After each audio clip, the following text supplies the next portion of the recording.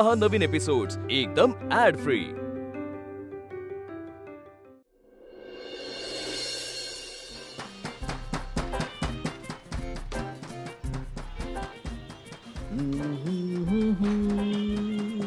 दादा इथे बसलं तर चालेल?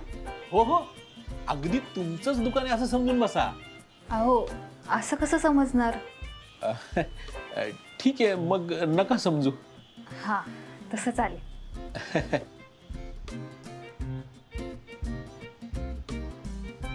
सो फरमाइए, कौन सा अमृत पेश करूं आपके लिए? अमृत? हाँ, क्षीर अमृत, अमृत सुधा, हरित अमृत, अंगलामृत, अमृत धारा, शुंठी अमृत, अमृत कषाय। हे सांगते। कोण हे? मला तर इथे कोणीच दिसत नाहीये।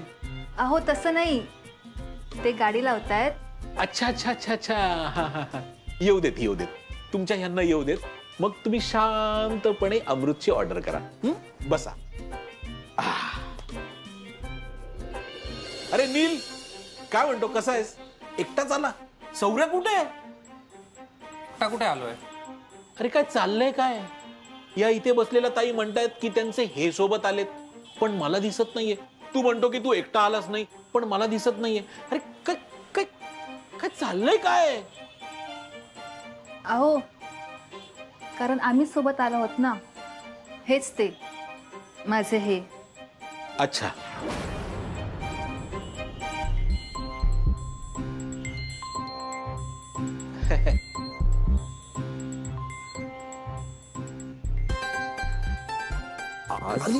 आज माझी ही नाहीये आणि मी सकाळपासून आलं कुठतोय। तुला कुटायला मला वेळ नाही लागणार, लाज नाही वाटत? राधाला दगा देतोस तर देतोस, वरून तुझं हे नवीन प्रकरण माझ्या अमृत तुल्ल्यावर घेऊन येतोस। नॉनसेन्स। अरे तू सोड रे आधी, काही प्रकरण वगैरे नाहीये। तुला सल्ले द्यायचे असतील ना तर ते मला नाही, राधाला दे। राधा लग्नाला नाही म्हणते म्हणून नाना एक मुली पाठवतात पुण्याला, आणि राधा पॅनिक व्हायचं सोडून त्यांच्याशी गप्पा मारते, त्यांना सल्ले देते आणि चर्चा करते त्यांच्याशी, अंगठ्या कुठनं घे वगैरे। राधाला सुद्धा ही माहिती आहे? हो, सकाळीच भेटल्या त्या। अरे काय डोक्यावर पडली का राधा? आता बरोबर बोललास, राधा ना डोक्यावर पडली, वेळ लागले तिला, आणि आता मला लागायची वेळ आली। काय सांगू मी या मुलीला की जी मुलगी तुला अंगठी कुठनं घे सांगत होती तिच्यावर माझं प्रेम आहे। तुला सांगतो चंदू दादा, राधा अजिबात सिरियस नाही, आणि अशाने ना वाट लावेल ती आमची। काही अडचण आहे का? हो, तू तू तू तू कशाला टेन्शन घेतेस? अडचण आहे पण ती माझी आहे। तुम्ही बसा, छानपैकी अमृत ग्रहण करा। बसा बसा, या या बसा। एक्सक्यूज मी एव्हरीवन, अरे या ना गीता, जरा लक्ष देतात का? मी आत्ता जस्ट सचिनचं सगळं सामान, लॅपटॉप सगळं माझ्या कॅबिन मध्ये शिफ्ट केलं, हे तर तुम्ही बघितलं असेल ना? करेक्ट। आता तुम्हाला प्रश्न पण पडला असेल की नक्की काय नवीन चाललंय, तर तुमच्या प्रश्नाचे उत्तर देते मी की मी आणि सचिन आम्ही एकत्र आहोत। I mean we are dating. खरं तर मला तुम्हाला या प्रश्नाची उत्तर काही द्यायची गरज नाहीये, पण प्रेम कशाला लपवायचं? आणि मुळात प्रेम हे लपत सुद्धा नाही, म्हणून मी सांगितलं। कारण आता प्रश्न पडलाय, मग त्याच्यावर तुम्ही गॉसिप करणार, नको ते, म्हणून मी क्लिअर केलं की मी आणि सचिन आम्ही एकत्र आहोत। आजपासून सचिन माझ्या कॅबिनमध्ये बसणार आहे, आम्ही एकत्र ऑफिसला येणार आहे, आम्ही एकत्र घरी जाणार आहोत, कारण आम्ही एकत्रच राहतो एकाच घरात।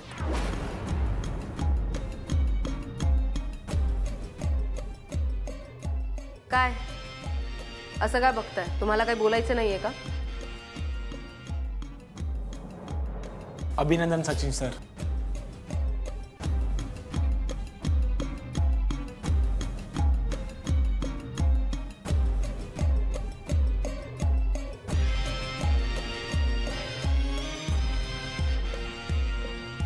बघितलं